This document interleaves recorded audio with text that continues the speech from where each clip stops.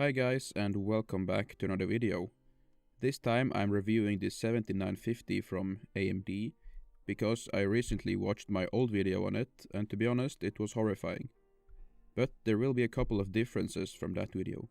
So the main differences is that the video quality will be better, and I figure out that I have a black edition card which is factory overclocked. Also, I won't be dragging out the video with useless information. And that last point might have been a lie. It's been almost 8 years since AMD released this card, so my expectations aren't very high. And I do think you need to lower your expectations when trying out older hardware these days. When I used this card back in 2013 and 14, I had the same CPU, motherboard and RAM. And at the time, I could run games at 1080p with high settings. And using it this last week shows me that it can still run some games well at those settings, but others not so much.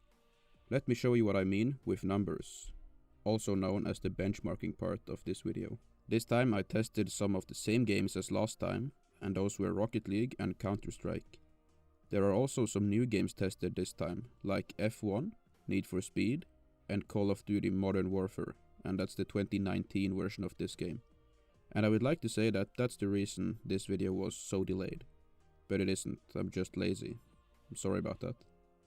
The first game I fired up was Rocket League, and to be honest, it's still playable at 1080p high settings.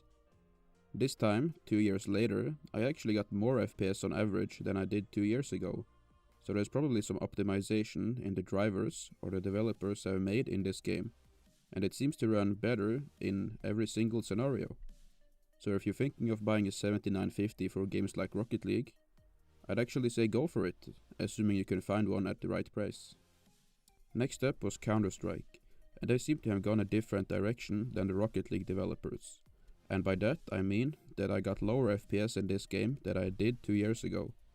I'm not sure if it has something to do with the drivers, or that the game has gotten a graphical upgrade, which I can't remember it having. But I'd say it's playable, even with the lower FPS, and I wouldn't have any issues playing this game with the card. Next up is F1 2019, and I had to run this game at the lowest possible settings, but it was still playable at 1080p actually. It didn't look the best, but again, it was playable. I would really like to have some more detail in the distance when driving around, but there isn't much the card can do with that these days. You could probably get some better detail at 720p or even lower, but again I prefer to run my games at 1080p. So if you find it low settings, I think you should go for it, but you should manage your expectations of course. The next game is pretty new actually. It was released less than a week ago, and it's Need for Speed Heat. I've been playing it a lot and I'm having a lot of fun actually, but that's not what the video is about. It's all about the performance. So we're still at 1080p for the time being, with everything set to low. And I'm sad that it's actually still playable.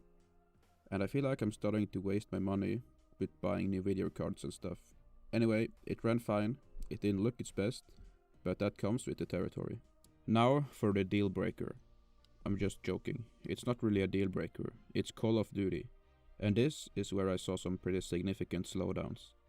I had to run the game at 720p low, with all settings, and I managed to get about 60 FPS on average, which is okay if you're used to console gaming, but I'm not used to console gaming, and I want a little bit higher FPS, so I would like to run the game at least 1080p.